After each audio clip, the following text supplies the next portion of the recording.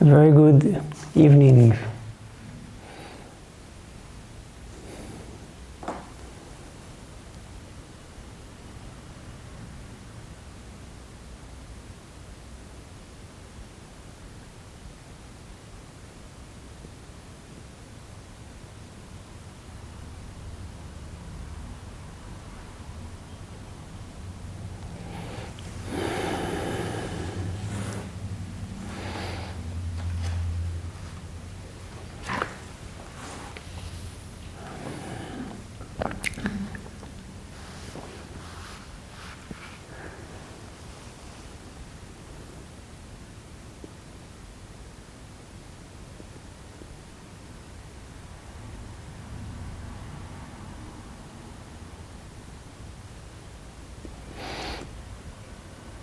I am truly happy to be with you this evening.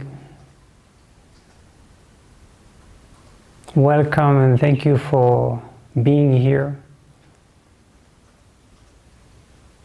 Luckily, there is one thing that the realm of the virtual world and the realm of the spirit share, and that is their non-local ability, their ability to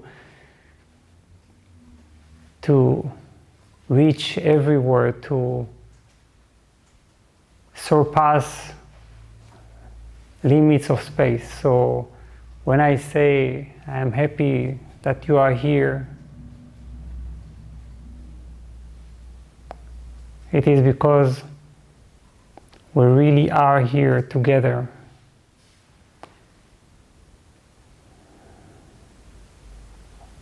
This may be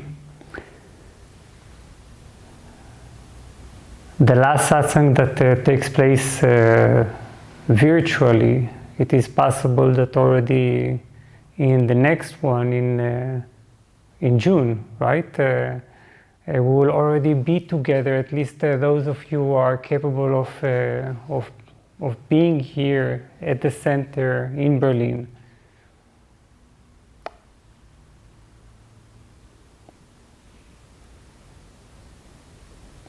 Nevertheless, here we are, and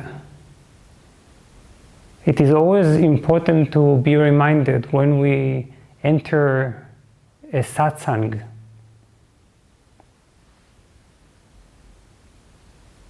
that satsang is simply a way of being together.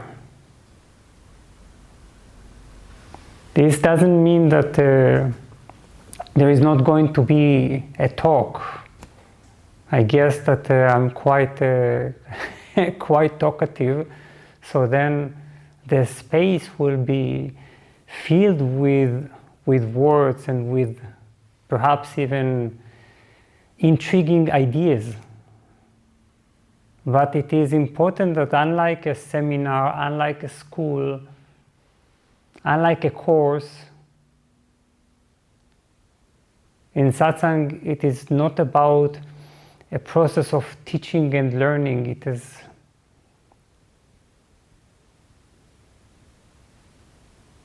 the way we are being together that really matters.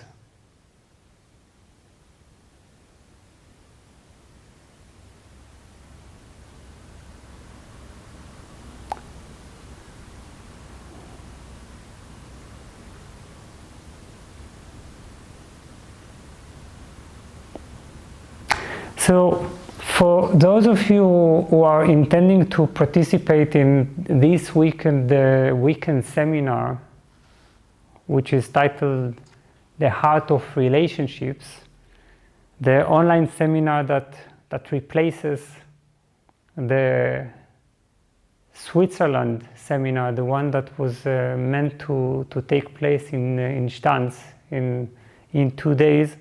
This satsang is actually going to be a good preparation, a good starting point.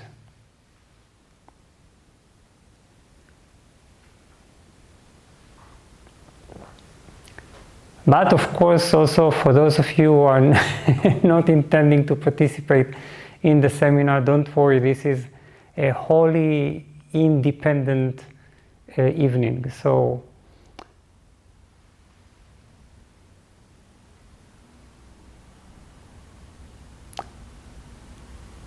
we can enter it without preparation and have a complete understanding at its end.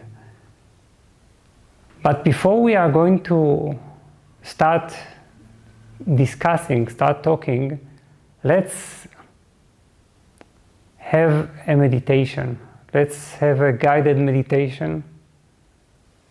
And as always with the guided meditation that is the starting of any event, it already contains all the seed ideas, all the seed principles of everything that we are going to share later on.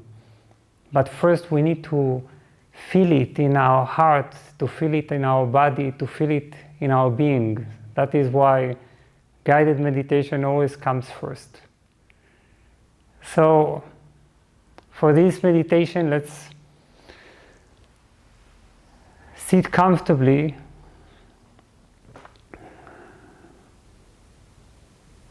Take one deep breath to signify that we are delving into the world of meditation.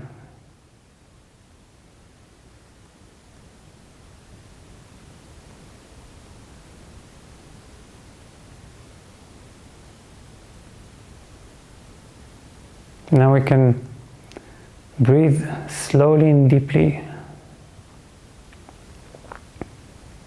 letting our body relax more and more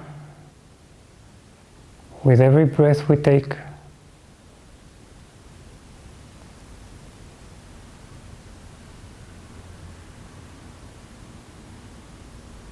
And since our meditation today anyway centers on the breathing process, you can continue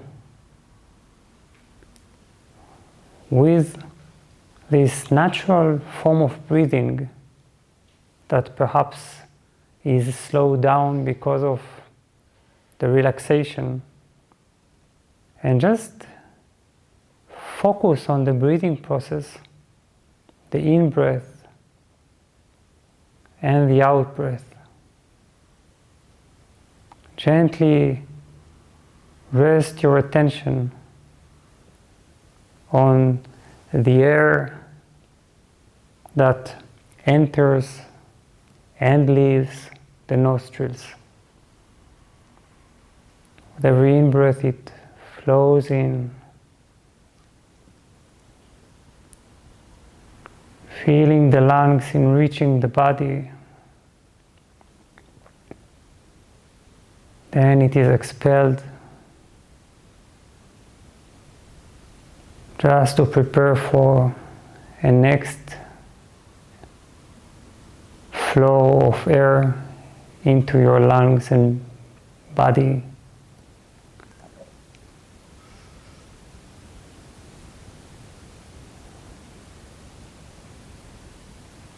So make sure that you gently rest your attention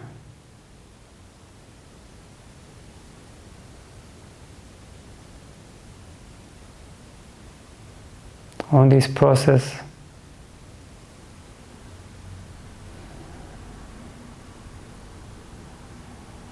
Not trying to do anything, not trying to manipulate the breathing, not trying to forcefully breathe less or breathe more clearly.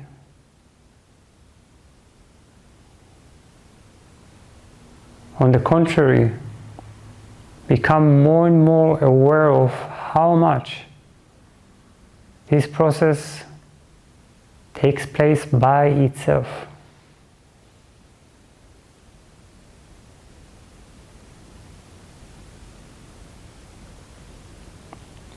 How much there is no you doing this process.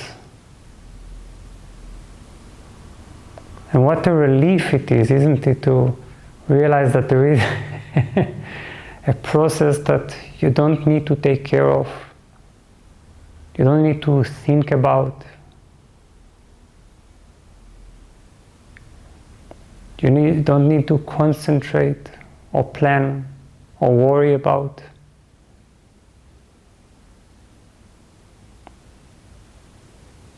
So realize that you are not doing this process at all. Certainly you are not deciding to breathe with every in-breath and with every out-breath. That would be extremely exhausting.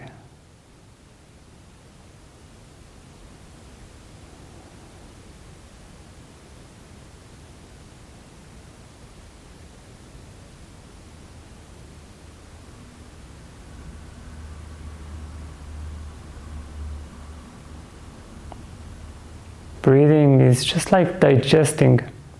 It is an automatic, unconscious process.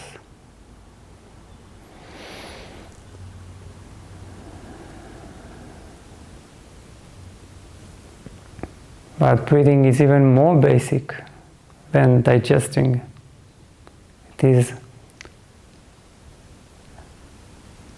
the activity that keeps you alive.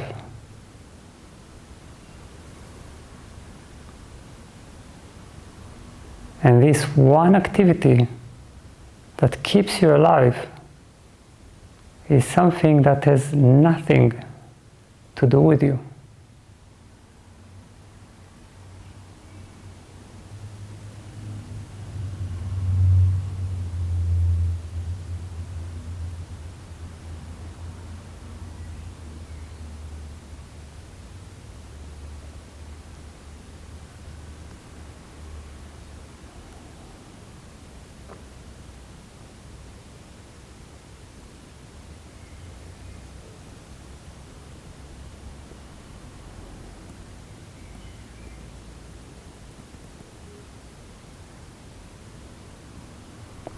Now realize that if it is not you, this means that you are not the one deciding to live. There is something else that with every in-breath literally brings you into existence.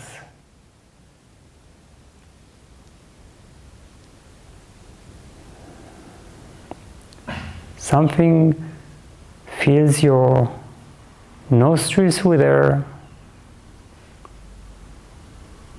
Something fills your lungs with air.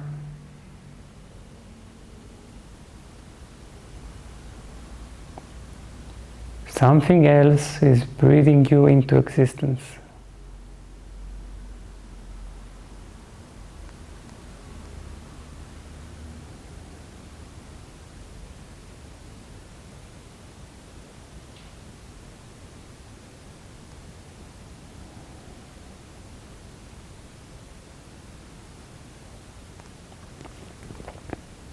Feel this total dependence.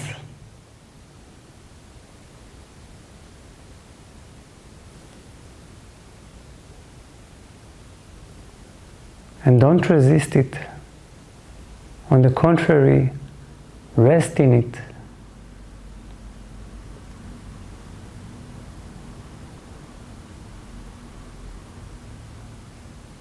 Think something else decides to keep me alive at this moment.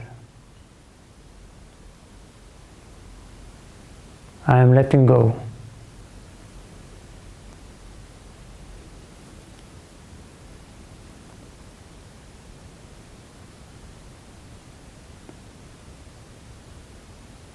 Now start connecting with the greater presence that is breathing you into existence.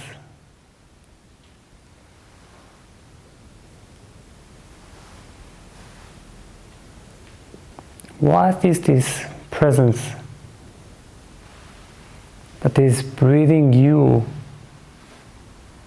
with every in-breath, with every out-breath?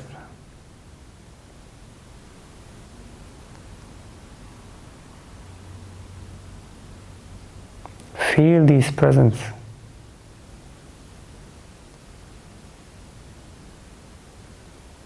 Perhaps you imagine it as if it were behind your back, steadying or surrounding you.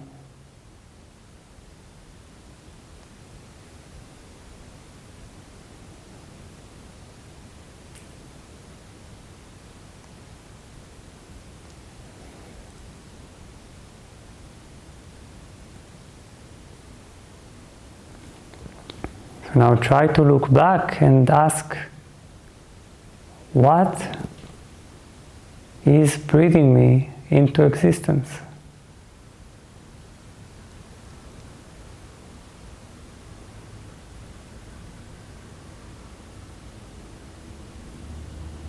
Who and what is it?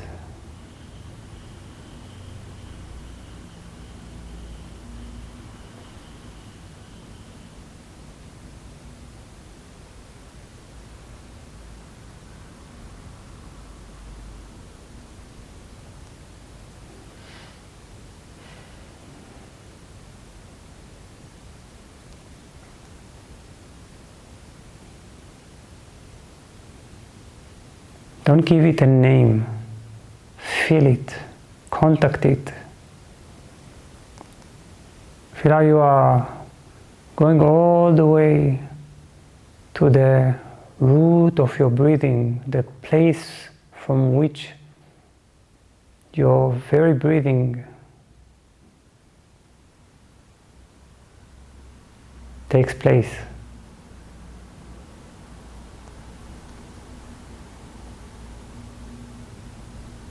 To find this tremendous being, unknown,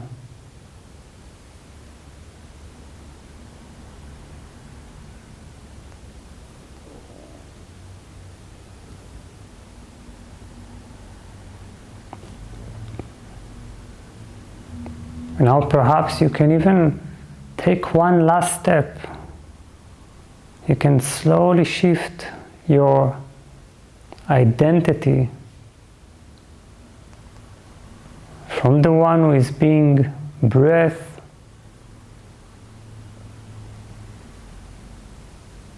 to the one that is the breather behind the body, behind the mind.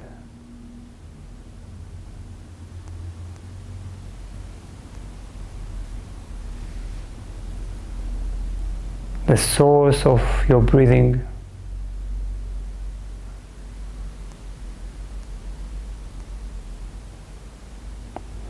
Move into it, fall into it, and perhaps for a moment even become one with it.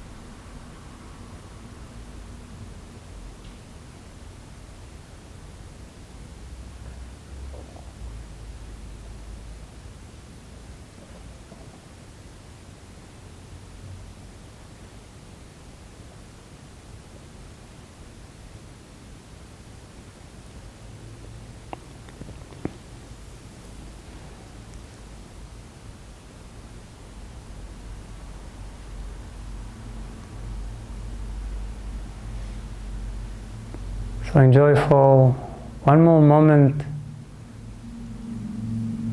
this possibility of resting in the source of breathing.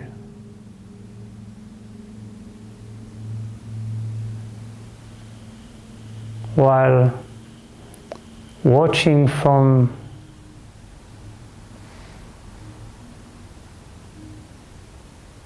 behind the process,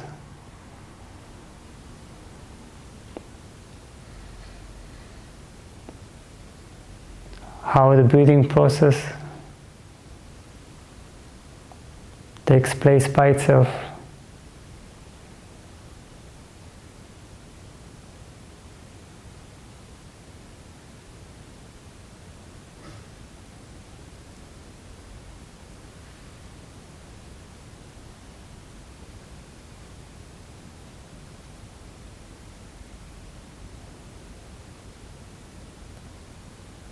And now you can slowly and gently let yourself come out of the meditation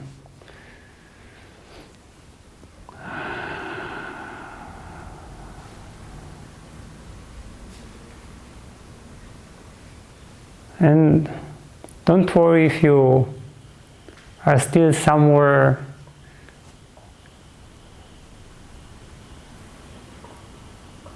deep inside, instead of being able to return to your ordinary personality, because this is after all a satsang. This is our permission to be stripped of our personality clothes, our disguise, social disguise.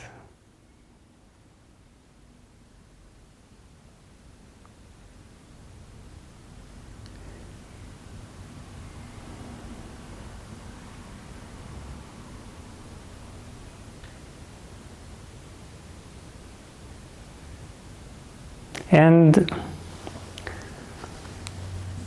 I think that this kind of meditation is going to reappear, at least as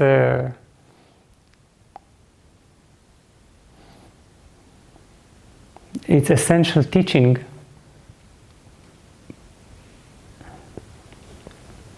throughout the talk. We will have some talk now, and after the talk you will be heartily invited to ask questions, related or unrelated. And what we're going to talk about today in this satsang is self-acceptance.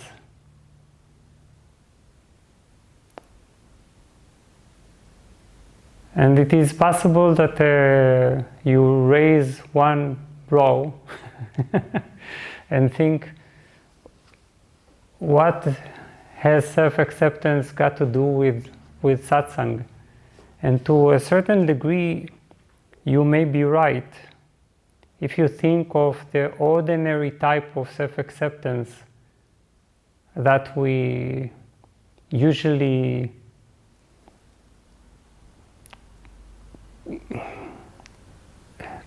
consider when the very idea of self-acceptance comes up to mind.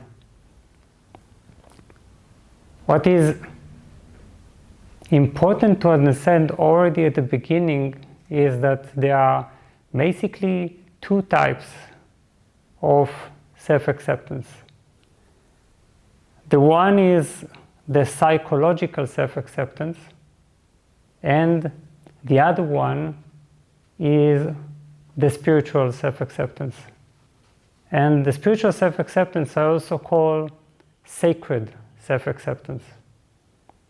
This type of sacred self-acceptance is what we are going to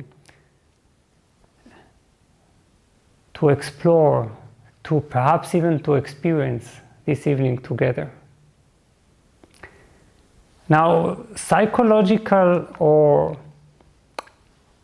what we can also call ordinary self-acceptance is simply our struggle to feel good about ourselves. Our struggle to feel comfortable with ourselves. There is a sort of a psychological discomfort, not finding ourselves as the home that we were hoping to, a place to relax in, because there is a sort of self-rejection, there is a self-condemnation, the thinking that we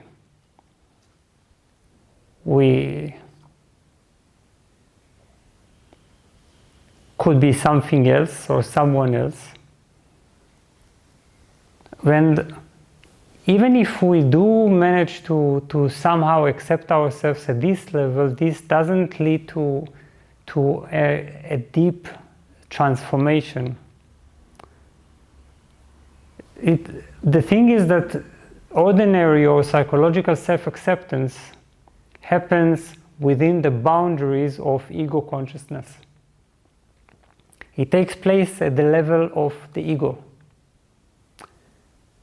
It's an acceptance that I generate through my own feelings, through my own emotions, right? I'm perhaps embracing myself, with my thoughts, with my emotions, with my heart. I embrace a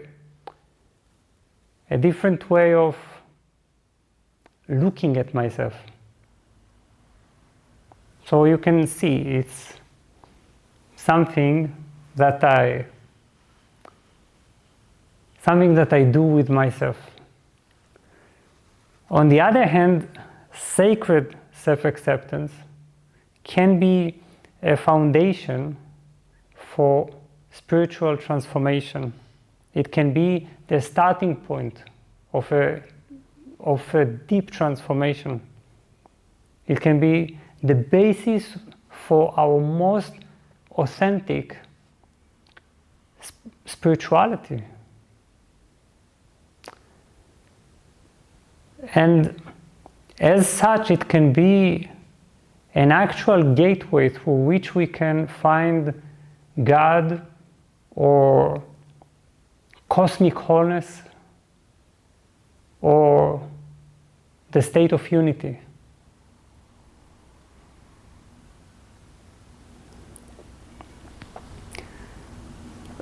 We need to understand that sacred self-acceptance is a powerful spiritual experience and not some psychological process. Not that we should belittle the importance of psychological or ordinary self-acceptance. It's just that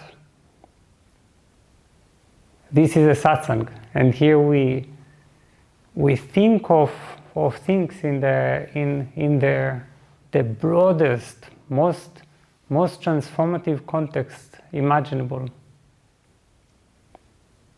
Now, it's a great revolution when we understand that self-acceptance is a spiritual act, or can be a spiritual act. Sometimes we separate our psychological process from our spiritual process, right? Here we have spirituality or meditation, and here we have therapy. The two perhaps sometimes meet, but still they are in a way different processes. But this is only because we don't go deeply enough with our self-acceptance.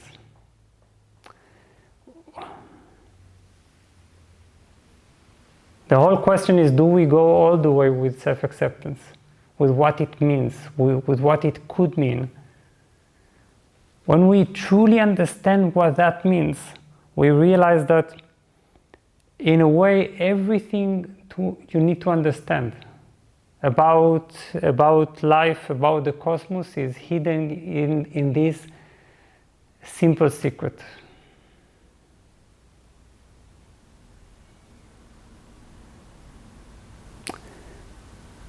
You know, I also thought in the past that self-acceptance is some little psychological problem that you just need to get rid of.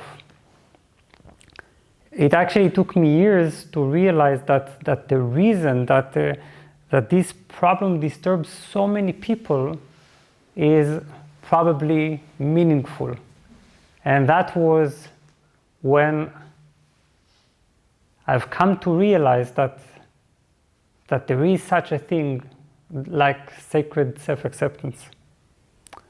So our only problem is that we don't look deeply enough. We don't go deeply enough with this issue. So let's do it. Let's try to enter this secret now and find out how self-acceptance can actually take us beyond the self.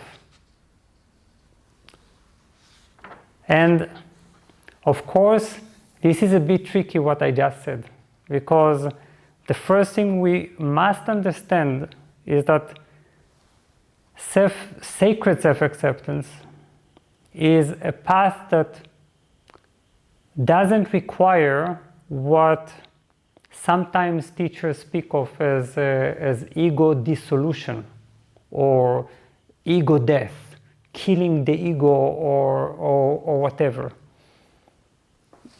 There is some danger in ego death, in speaking in these kind of terms, because ego death can sometimes invite the very opposite of self-acceptance, right? Self-condemnation. It just makes me feel that the self is something horrible that needs to be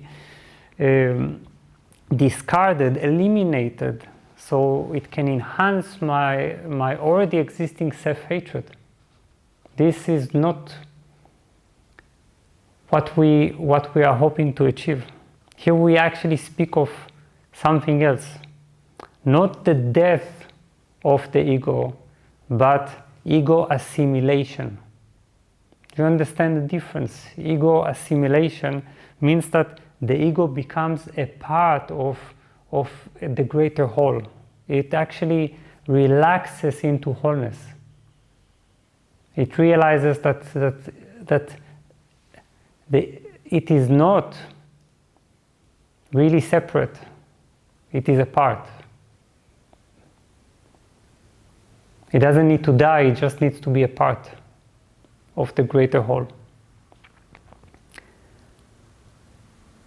And now this leads us to the second thing, and the second thing is that sacred self-acceptance comes from the understanding of true surrender to the divine will.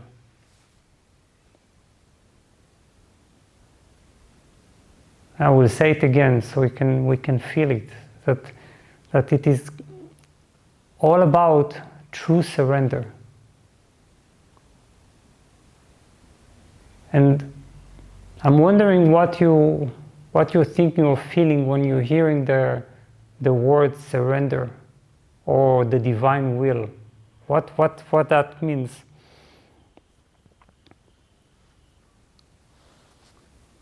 Because self-acceptance in its sacred form is actually a path of spiritual surrender. It is the beginning of surrender, to accept yourself. Now, what does that mean? First of all, the idea of surrender to the divine will can be quite confusing, obviously. There are two misconceptions about surrender that I will mention throughout this talk. The first one is obviously, how do I know what the cosmos or the divine or whatever wants from me? Am I meant to have some special revelation like in the Old Testament, Moses in front of the burning bush, being spoken to, hearing some kind of divine voice telling him exactly what he should do? Is this the meaning of surrender to the divine will. Not at all. And this is an important insight. If I want to know what the divine will is, all I need is to simply look at myself. I am a manifestation of the divine will. And I hope that you understand, I speak for you right now. It's not some kind of arrogant claim. I am as you. I am a manifestation of the divine will as I am. Exactly as I am. Exactly as I am. With the passions that I have right now, with the desires, with the attractions that I have right now, with the fears, with the constitution that is perhaps an anxious constitution or a fiery constitution or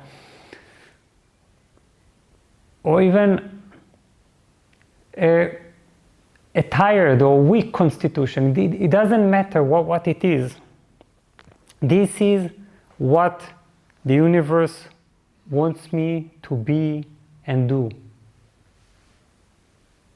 We don't need to speculate what the universe wants me to be, wants us to be or do, since it already planted in us the precise passions, desires, attractions, tendencies that it wants us to experience and to express. It is not a philosophical question.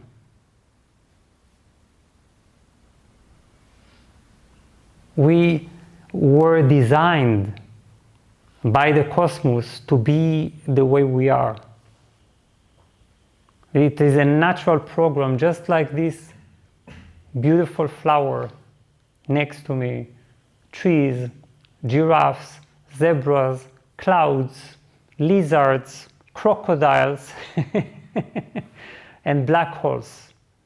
Everything is designed in a certain natural pattern. And natural means also divine. An expression of cosmic will.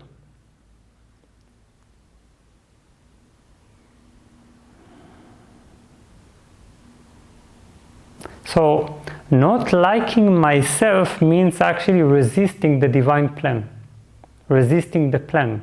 This is what I'm basically saying. I don't accept this divine program. Of course, I accept it in giraffes. Of course, I accept it in zebras. Of course, I accept it in black holes, in this flower that can never become a crocodile. It can only be a flower. This is its beauty, but this is also the source of its limitation, right? It can only be a flower. What can it do? It doesn't even have legs. So,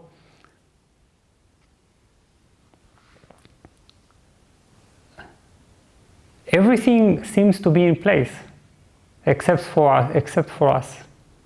And this is where our resistance to the divine will, the divine plan, is evident. And accepting myself in this sense is a path of completeness. It means that I'm agreeing to recognize that I'm a part of divine wholeness, of the divine world, of the divine plan. And again, I mention all the time, as I am.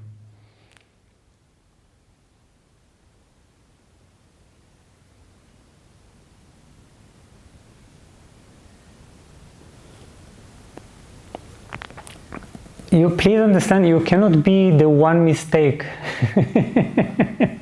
that was made in the divine plan.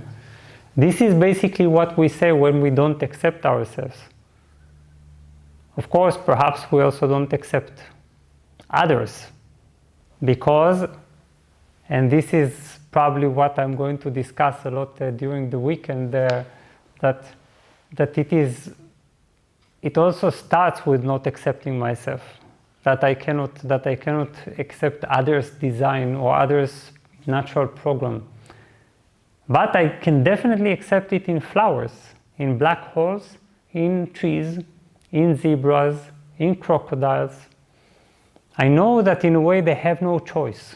What can a crocodile do, right? Can it do something? Can a crocodile become vegan, for instance? Can it start developing philosophical thoughts? Well, it's been quite, I think, for millions of years, right? Or here on this planet, it's not going to do that. It's just a crocodile. So that we can accept. That crocodiles are crocodiles, trees are trees, and then what about me? And me is me. Can I say that? Can I really let go into that? Can I realize that it's not possible that I am the only one that was born in the wrong day, on the wrong day in heaven? That I wasn't some kind of a malfunction in the factory. That one pattern got defected, specifically defected. One angel got it wrong. A bad day in heaven. It's like saying that there are bad days in heaven.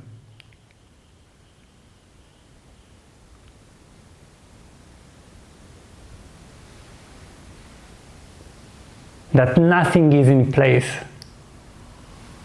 That everything is a mistake. Perhaps we say that in a moment of depression, but is this what we really feel when we look at flowers, clouds, rainbows, trees, butterflies? So this is what we need to understand. You cannot fix something that is not broken. You see, this is what we're trying to do with our resistance. This program, this natural program, was given to you by the cosmos. And you would agree, surely, that the cosmos is the greatest genius we could ever find, right? Compare what the cosmos creates to what, I don't know, physicists, what doctors can do. This is,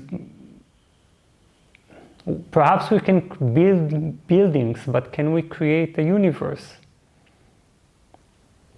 Can we even reach the exact genius that creates complexities far beyond the comprehension of our thought? Of course we cannot. So this genius made you with so much love, so much attention, so much love of details, putting one element next to another. Yes, also what we call our limitations, also what we call the things that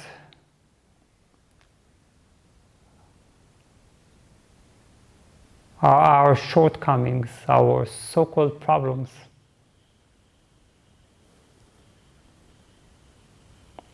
So the program was given to you by the cosmos, and therefore it is incomparable. You cannot compare it to anything else. It is always unique because it always consists of a combination of elements that will never repeat itself. Not in this way. There's always some changes, some innovation, some different combination.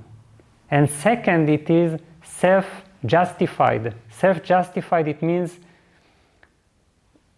it doesn't need to justify its existence. It was granted the justification by the universe itself. The universe itself said yes.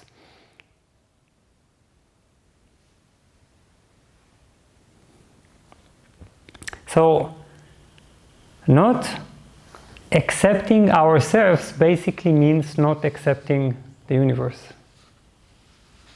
Which also means, of course, that accepting ourselves is accepting the universe.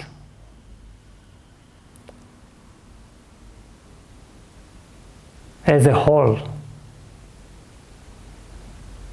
There is a reason that the universe designed you the way it did. Everything is in place.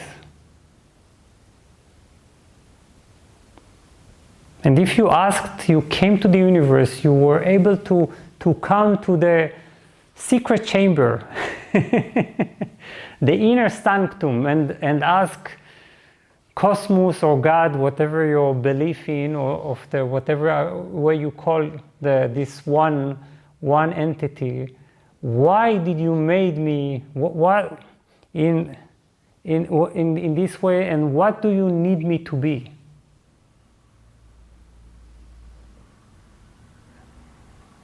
The universe would answer, I don't need to tell you what I need you to be, because I show you.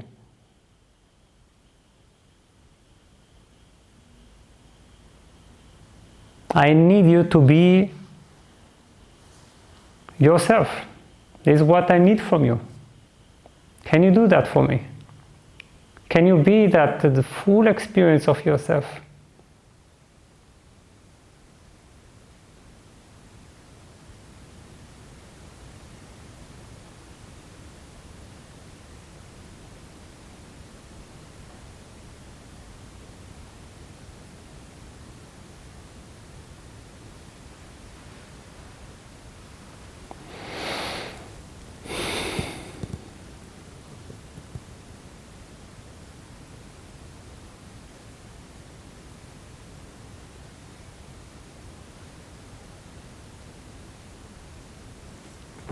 So as far as the divine will is concerned, we are in the right place, right now, the right body, the right limitations, and even the right obstacles. Surrendering, true surrender means that this is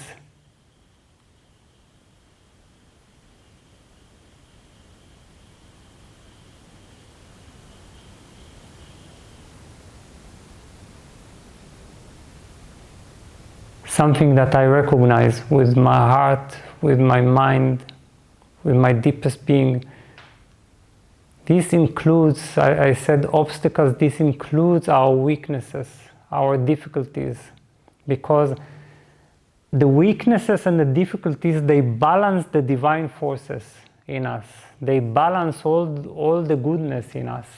And they are actually necessary to create friction for growth. If we don't have weaknesses, if we don't have limitations, how can we grow? We grow through friction. Friction is healthy.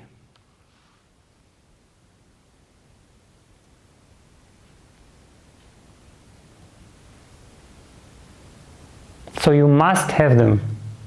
You must be also limited. The program is not meant to be perfect. The only entity that thinks in terms of perfection is the mind. The mind always aspires to some kind of perfection. That's why it cultivates this dream. One day, when I will become this and that, I will be worthy of, I will be worthy, I will be deserving divine recognition. I will finally be loved. I will finally be the right person. I think there is this very famous sentence that says, don't let the person that you are right now interfere with the person that you are meant to be. Right? Yes. And that's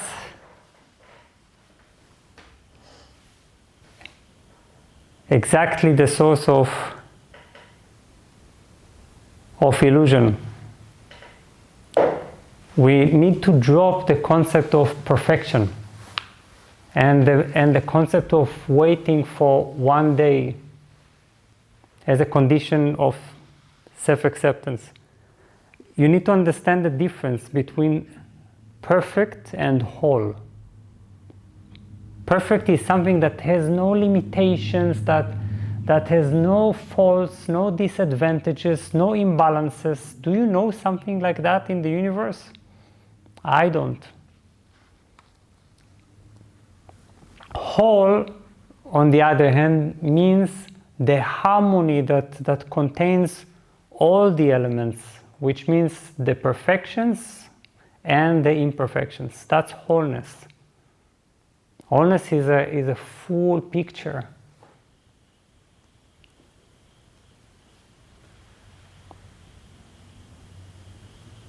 And in the perception of wholeness, we understand that the bad, the so-called bad in us and the so-called good in us are just one self that is a gift from the cosmos.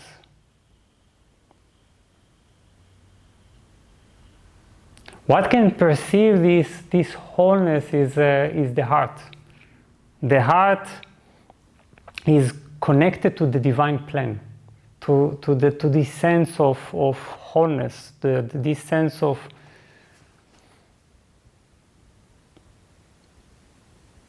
complete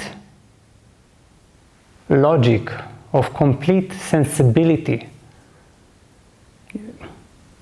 Because the heart is whole, it can also see this wholeness.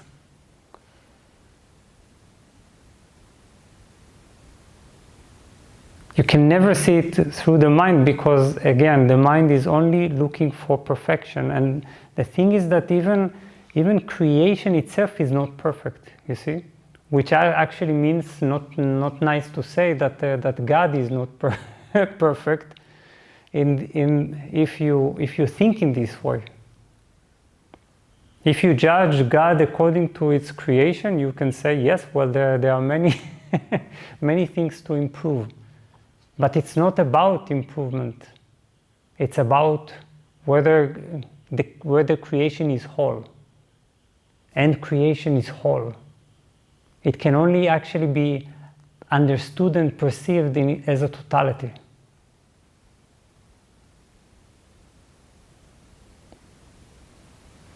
Yes, you can look at one piece of creation, one fragment, and find the wholeness. The drop contains the entire ocean, but it is still the totality.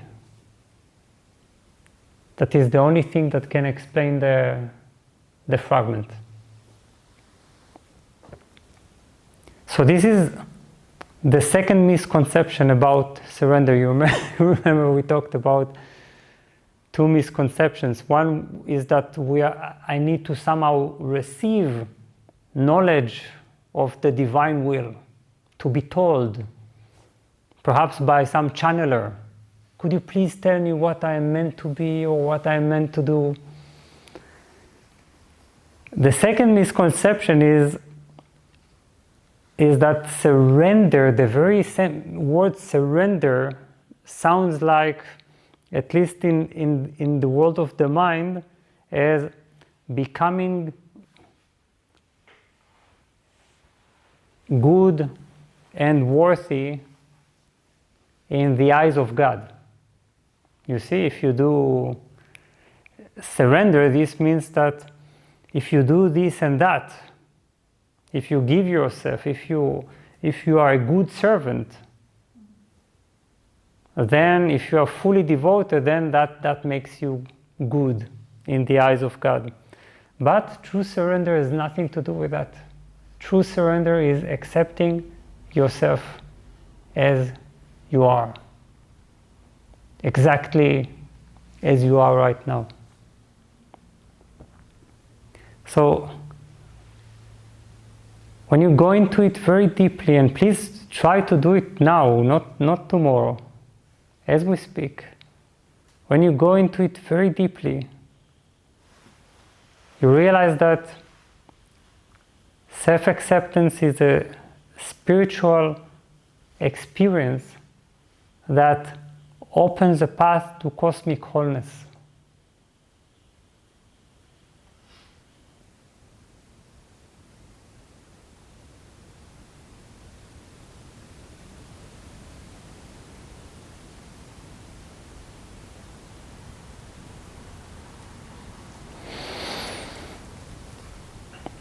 Why? Because our internal wholeness leads to the greater wholeness.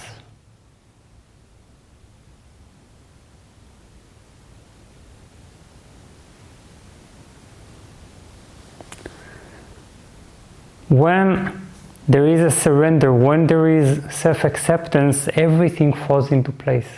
Everything becomes included. Not only you, because you stop excluding yourself. You see, you are the missing piece in the puzzle of creation. Everything is just waiting for you. When you agree, when you say, yes, I'm a part of this cosmic puzzle, just as I am, nothing is waiting for me. So you place yourself inside creation. And at that moment, when you fall into place, everything else falls into place. And you realize that everything makes sense, that everything is in its right place, and everything has always been in its right place. You realize yourself as a particle of the universal being.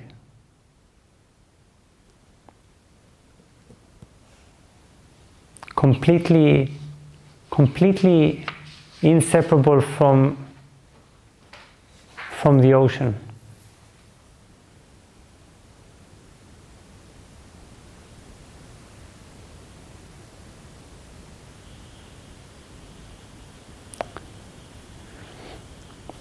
What is beautiful, by the way, is that this understanding also leads eventually to spiritual self-confidence. And again, I say spiritual self-confidence, not ordinary self-confidence or psychological self-confidence, because what happens is that we're beginning to walk the path that has been designed by our very own program, and we trust it.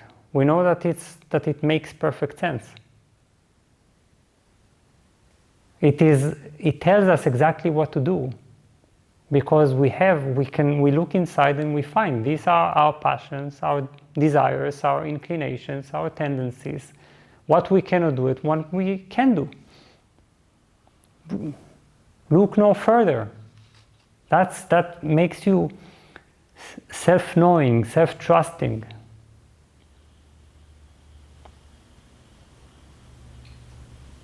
The doubt comes from the comparison.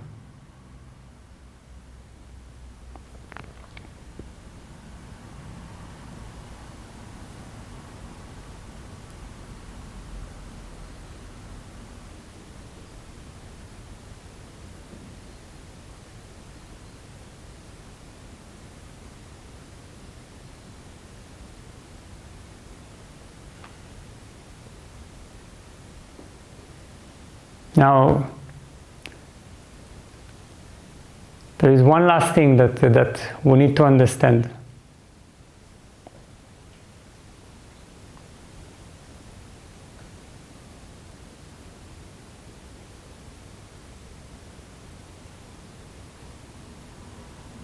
That ultimately there is no difference between what spiritual teachers may say, that the self doesn't exist,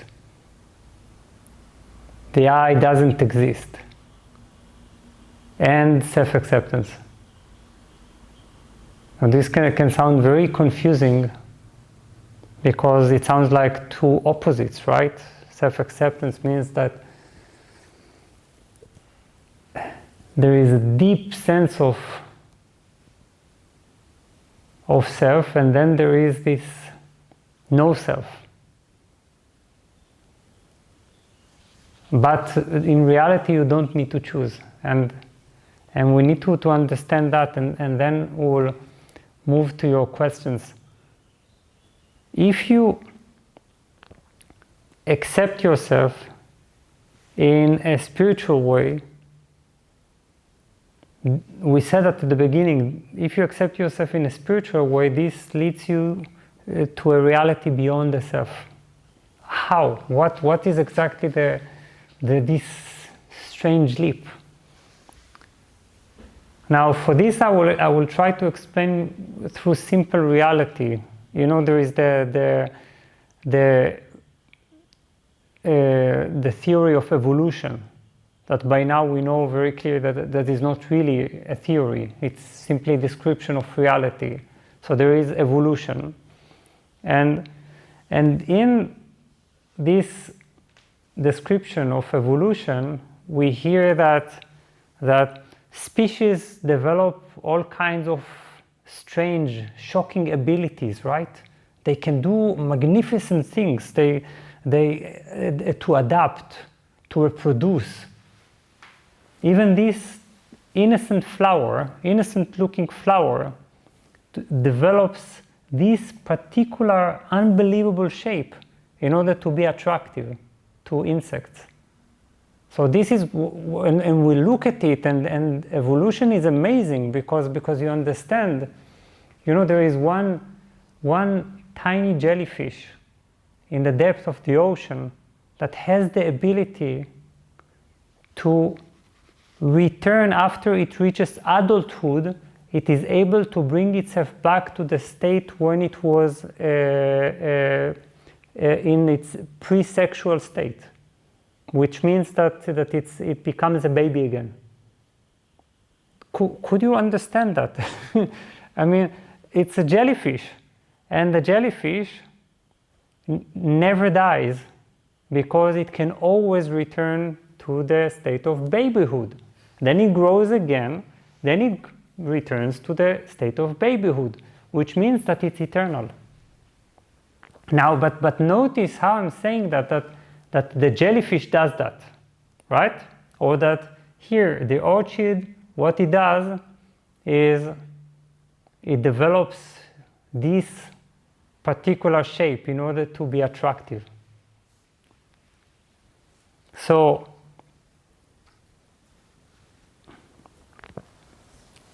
all these colors and all these the concealment capacities, creatures that grow legs and repair their organs, everything seems to be possible. So, do they really make it all by themselves? Can this orchid know what it does?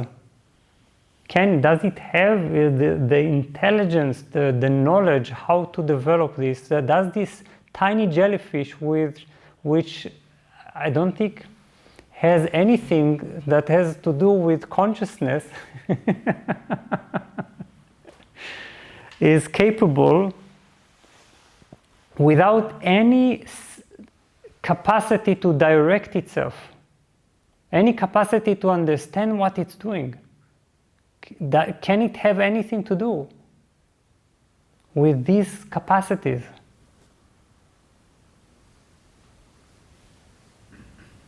Of course, the answer is no. Just like, do you remember at the beginning of the Satsang? We were realizing that we are not even breathing by ourselves. We don't know how to breathe. We don't know how to digest. We don't know how to be born. And we don't know how to die, in the sense, unless of course we take our lives by our own hands, but generally we don't know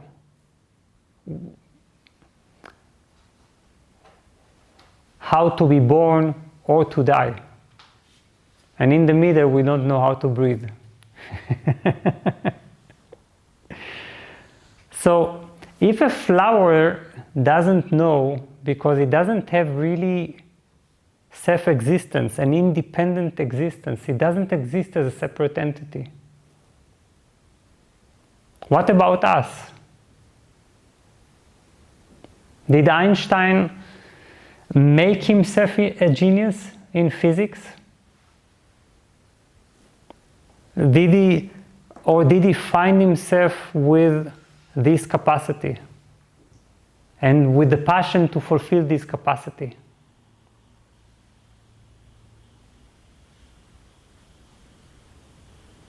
I think the answer is clear, right? No one can make himself or herself an Einstein, even if we really wanted to. And Einstein also didn't make himself an Einstein. It wasn't his choice. And actually, by the way, just an anecdote, Einstein himself believed in determinism, which means that there is absolutely no choice. So, just like lizards, just like orchids, just like any kind of flower, any kind of jellyfish, we also don't have the ability to create our own skills, our own capacities, our own tendencies, our own characteristics. They simply exist within us. We find them inside us.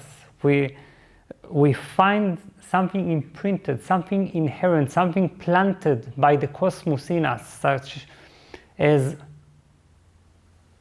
love of singing,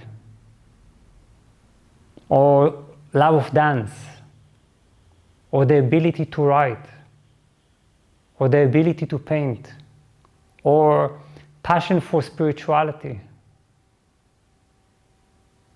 We do none of that.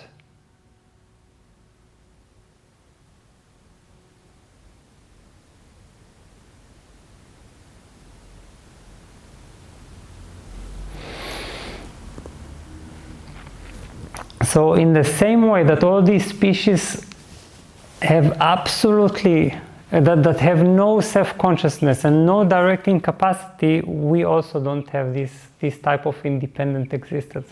We don't do all the creating and directing intelligence belongs to just one, and that is the source of life. So the source of life is the great doer, you see. The source of life makes jellyfish return to babyhood. The source of life makes orchids develop extraordinary shapes. The source of life makes you, and plants the capacities that it wants you to experience, the tendencies that it wants you to feel and to follow. We are not doers. That's basically the greatest illusion there is. We even do our breathing. We are not the doers of this process, of the process of life. Now the thing is that the illusion of the separate self is that it is a doing entity that leads the body and the mind. This is what doesn't exist. This doer doesn't exist. We are not generating the process. We are actually the result of the process, the result of this intelligence. Einstein is just a result. He is like a flower. He has no choice. He just has to develop his physics.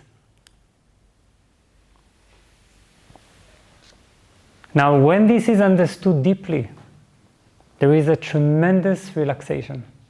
Tremendous. And a tremendous in the sense of a tremendous connection to the source of life and to the love that emanates from it. Yes, we have no independent will. That's the greatest joy. We don't direct the process. We don't know how to direct the process. And what our thoughts do all day long is that they imagine that they direct the process, and that's why they become neurotic. They keep thinking that they can change. That's why we have a crazy mind. The illusion of doership. Now, I know it is confusing because it seems, we possess self-consciousness. So with this self-consciousness, we are aware. We're not like orchids and rainbows. And with this awareness, it seems as if we are the doers. That's the major confusion. We can say that the ego is the part that takes responsibility for something it can never do. That's a good definition of the ego.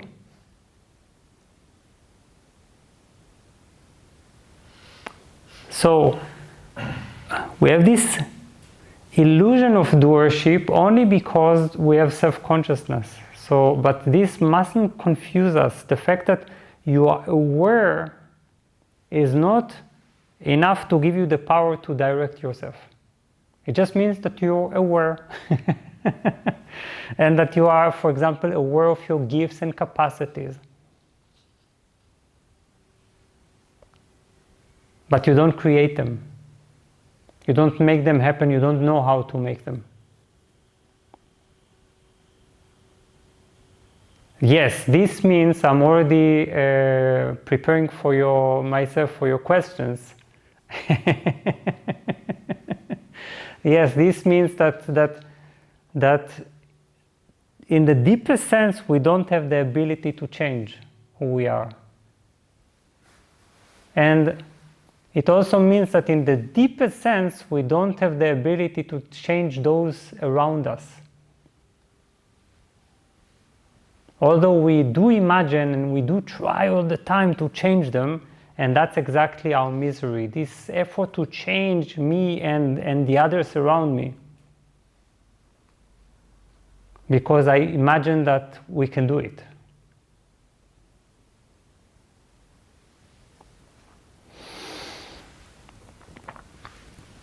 There is a sentence that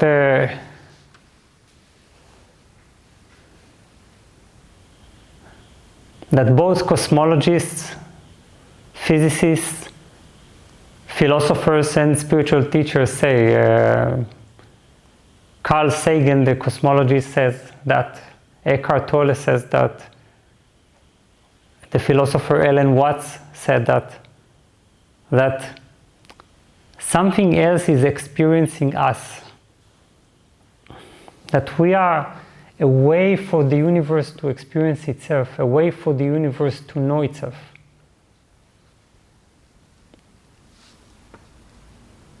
Well, perhaps this is a little answer for the question that we asked at the beginning: who is breathing us, right, into existence? What is it? So something else is experiencing us. We are the experience of something else. And when you understand that, there is deep relaxation, deep allowance, but also the highest form of self-acceptance and acceptance of others. Again, everything falls into place. So, in this sense, there is absolutely no difference between self-acceptance and no self. No self, what does it mean, no self? It just means that we don't have independent existence. This is that we don't exist as independent beings. We are completely dependent on something else. And having no independent existence means that you realize that the source creates you in its grace, that you don't have a choice, that you don't have much ability to change, at least not in the way you imagine, and that your natural pattern is whole and ultimately perfect. Perfect in the sense that it is whole.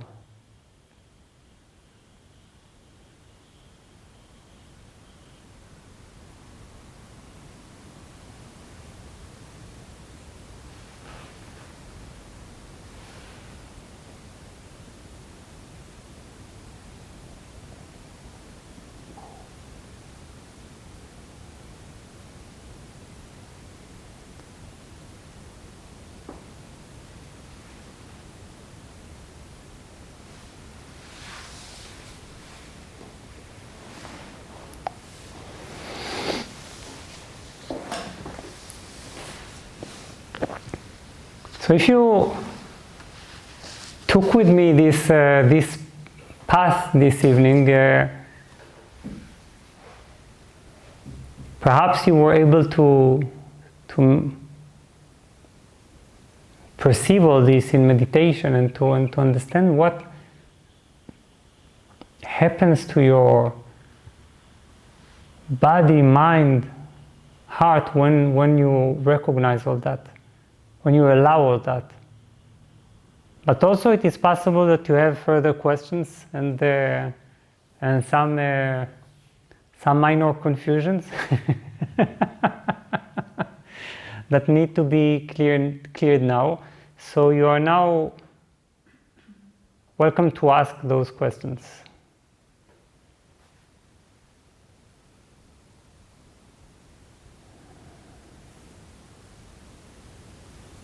There is a question from Bettina.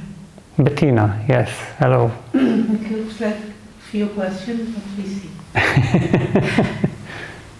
So, we are completely designed and determined by the universe. Yes. So, the drive to go beyond one's limitation, Yes. and to expand and expand, is also a seed planted in us.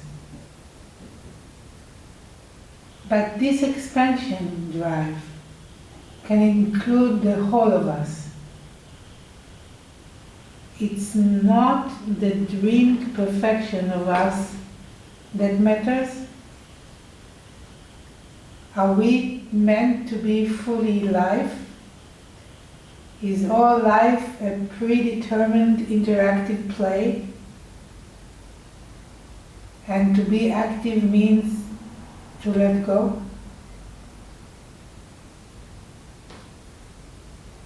Okay, so I'm from what I'm gathering in this question, which is obviously a very fundamental question that comes from such satsang. The first question, I guess, is we have on the one hand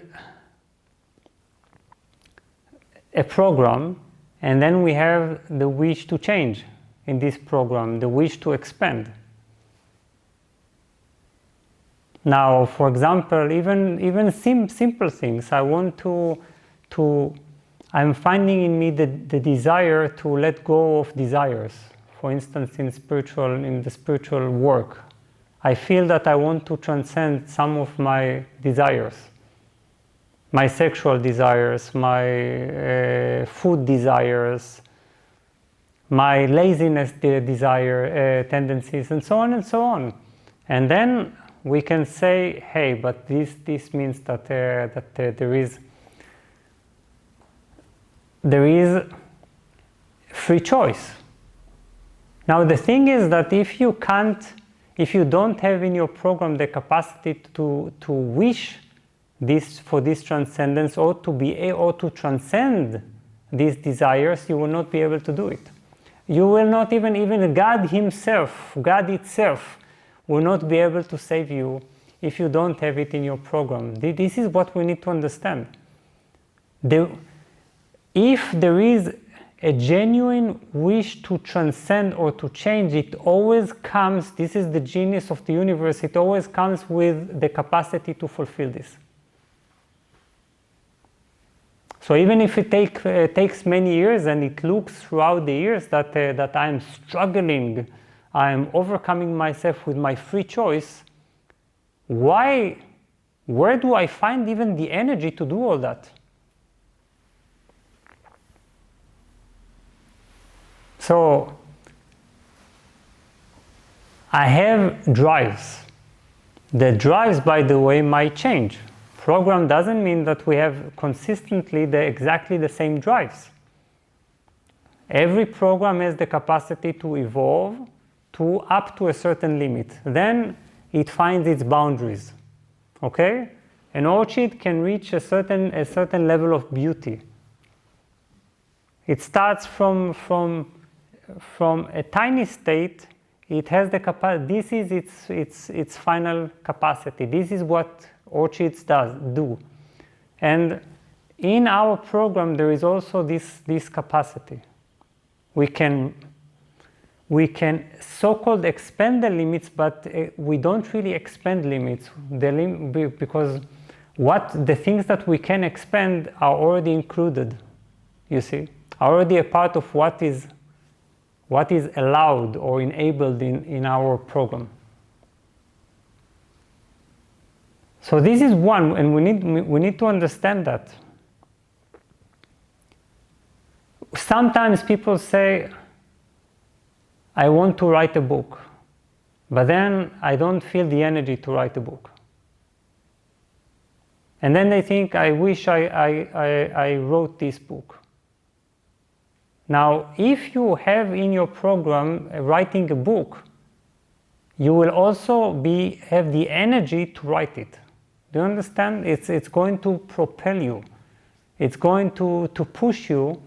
So even if the writing process is hard, there is enough energy to sustain it. And if there is none,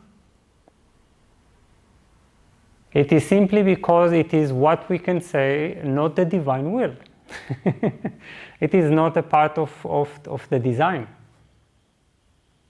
This is why condemning ourselves, judging ourselves for not being able to do certain things is ridiculous, because what does it even mean? What do we compare ourselves to? We cannot do things like who?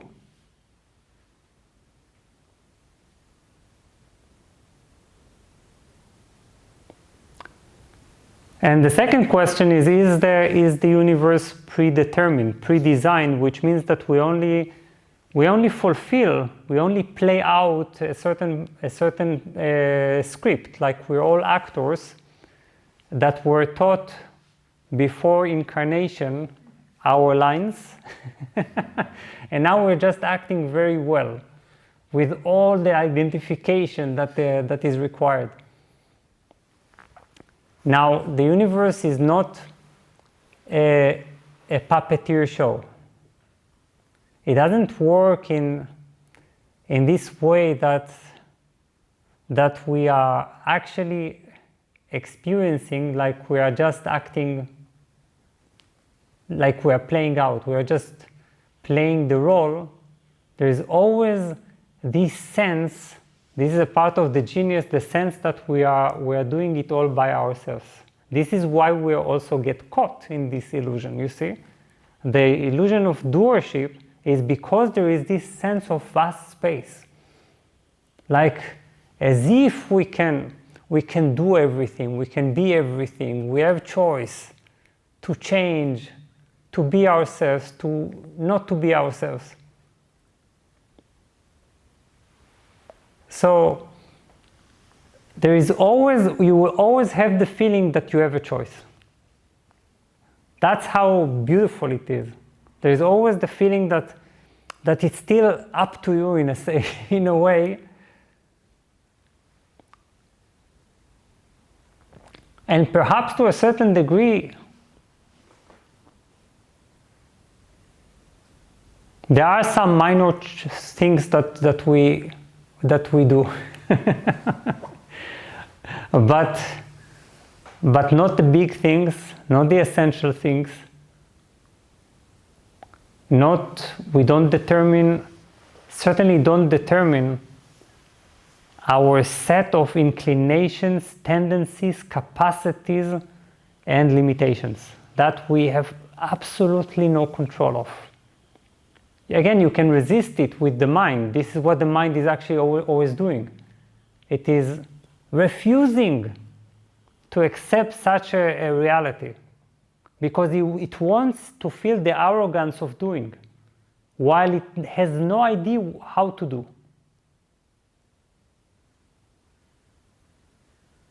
And there is such a great bliss of non-doing, in non-doing. When there is a realization, the mind is finally relieved. The heart is finally relieved. There is no more independence.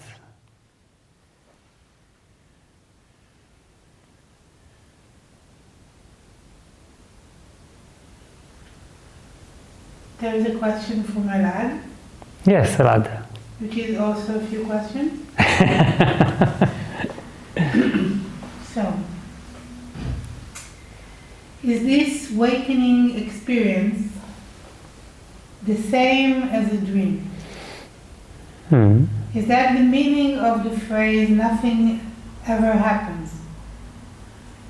If self-realization is like wakening up, is that wakening up what is called Parabrahman, or nothingness, which contains the experience of wakefulness and dreams? Is the program called My Life set to leading to self-realization? Again, the last question, is the program called My Life, yes? My Life is yes. Set to leading to self-realization. Set to leading?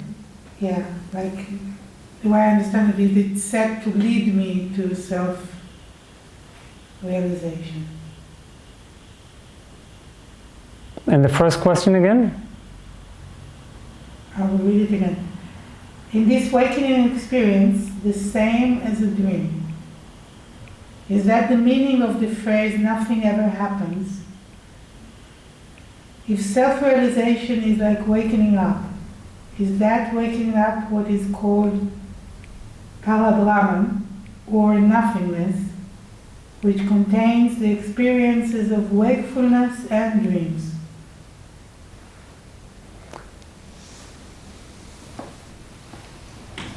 What does it mean to wake up from a dream? We call it sometimes awakening. Awakening means that the opposite is that we are said to be asleep. What does it mean that we are asleep?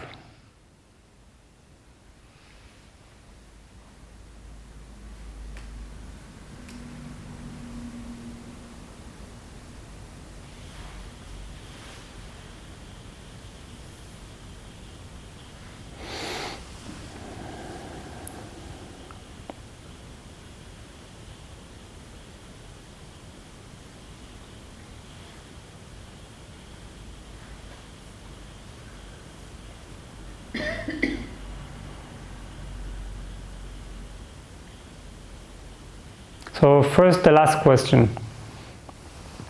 Is the program called My Life set to lead? Is set to lead to self-realization? I'm wondering if the question is personal, because because most people's programs are not designed at all, or are not meant to lead to self-realization. They are if they are meant to lead to self-realization, they contain aspiration for self-realization and then the fulfillment of self-realization. And it's not for us to ask this question. The only thing we can do and are meant to do is to follow the fire that commands us to move towards self-realization. That's the only thing we can do. What else can we do? We are meant to become one with this fire. The more we become one with this fire, that is actually awakening. Awakening is the fire of waking up. Is this positive agitation that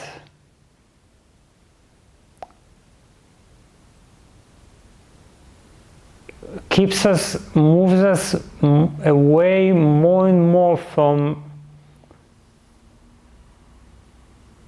the ordinary life. The ordinary life is the life in which we sleep.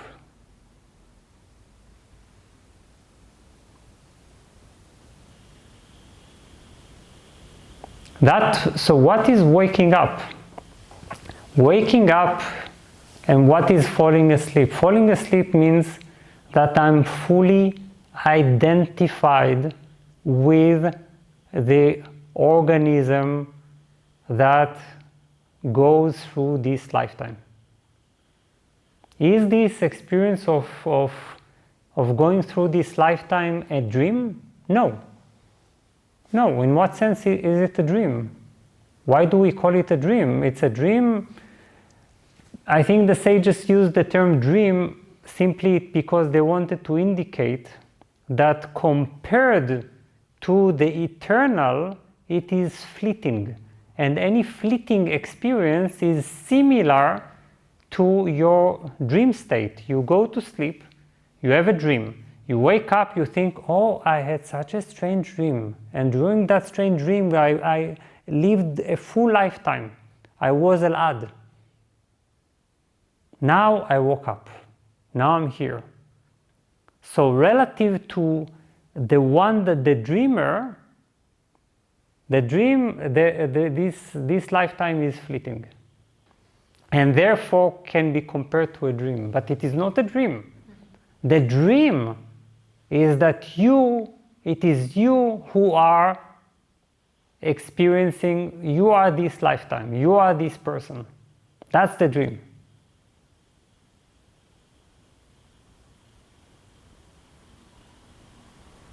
While all along you have been just witnessing this experience. You are the experiencer, not the experienced.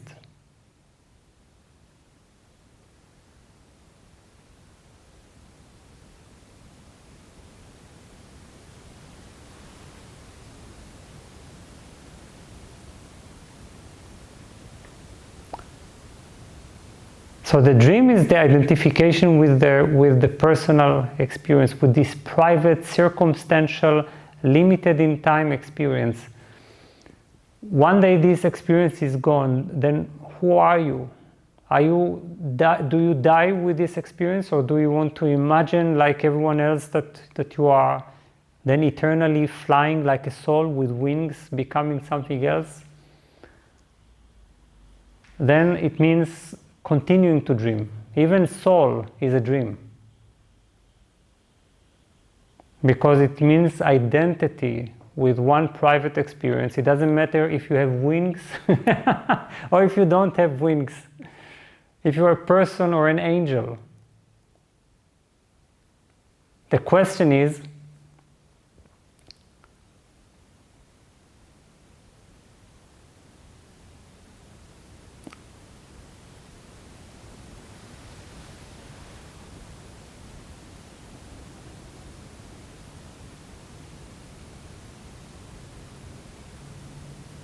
aren't you really all this time aware of all that is happening?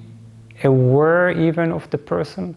Aware of all the circumstances, the conditioning, the person that is simply enacting its predetermined, pre-imprinted desires, inclinations, tendencies.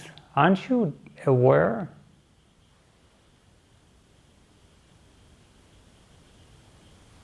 Then what is the root of this awareness? That is the question.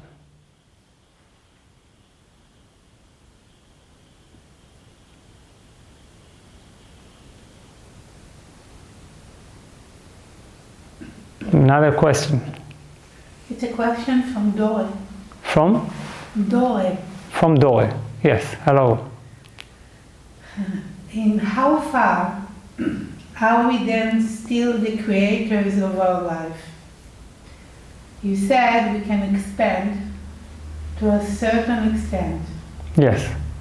Doesn't it mean that inside of ourselves there is still so much unused potential, and that we are striving to use it to open up like a flower and to overcome our limitations? Okay, so the question is, to what degree are we still creators of our life, right? Mm-hmm. Because inside of us there is still a unused potential, dormant potential that is waiting. Well, this is an interesting question, the question of potential. I don't want to be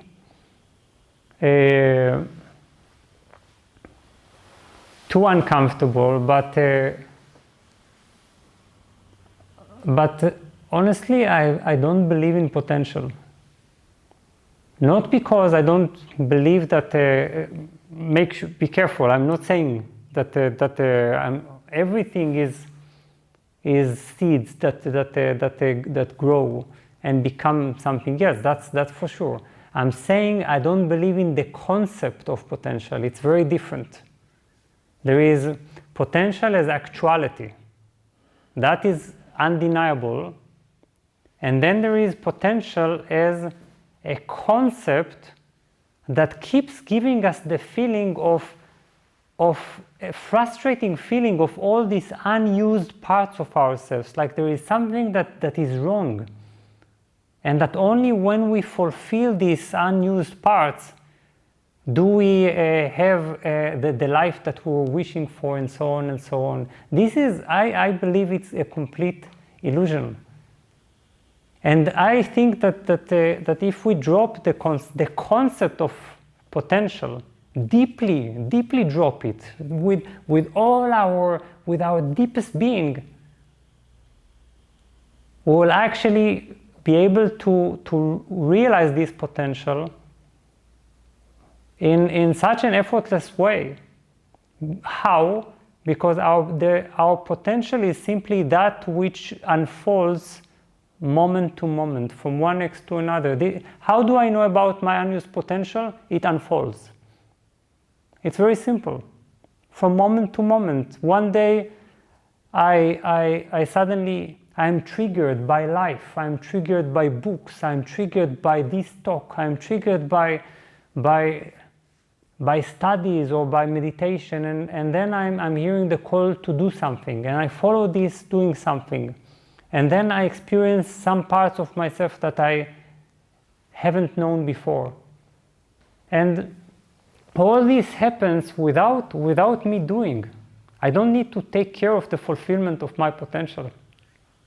My potential knows how to take care of itself. And there is no such thing as, oh, he lived or she lived her life and they wasted completely all the time. They could have been this or that. I think, honestly, this is a disastrous perception and also very unfair. I don't want to look at people around me as people who have had potential but who have wasted their opportunity. If you have the potential, it comes always with the capacity to fulfill it and with the urge to fulfill it. And if you don't have it, you don't have it. So what do we mean by potential at all? And can I let the flower that I am or the seed of the tree that I am just be planted in the cosmic soil without me interfering, without me worrying at all, without me comparing myself to some imagined me, another me, a could be me. Then there is love. Then there is flow. No plant grows because of worry. It grows because there is water, and there is air, and there is light. So expose it to that which nourishes it, which is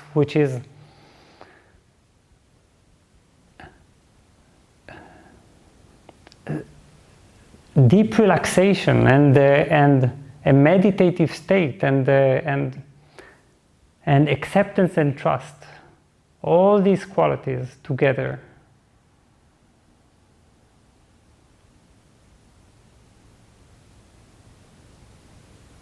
If you drop the perception, the concept that you are a creator of your life, and accept that you're not a creator of your life and that you don't know how to create your life will be created.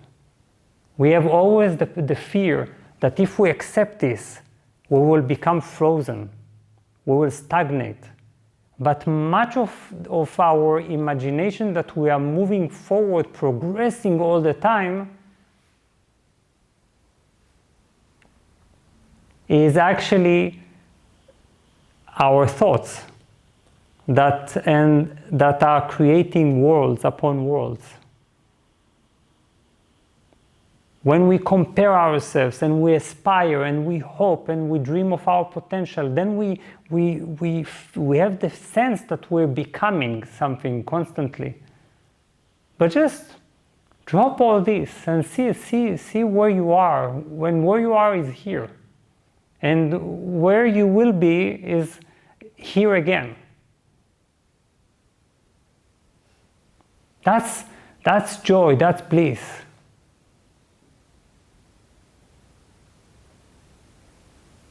Try it.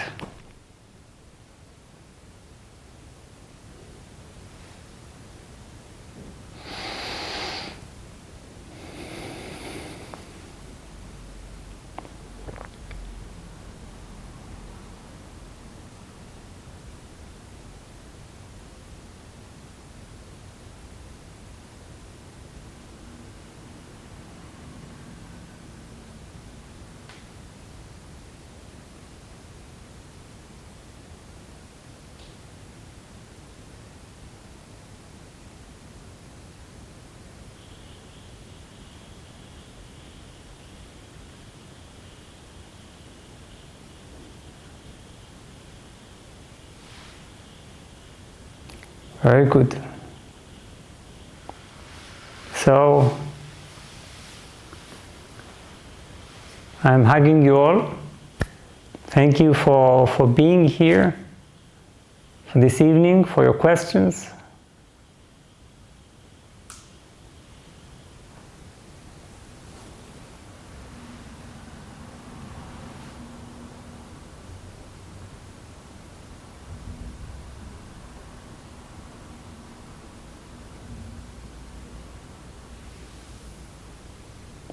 Good night.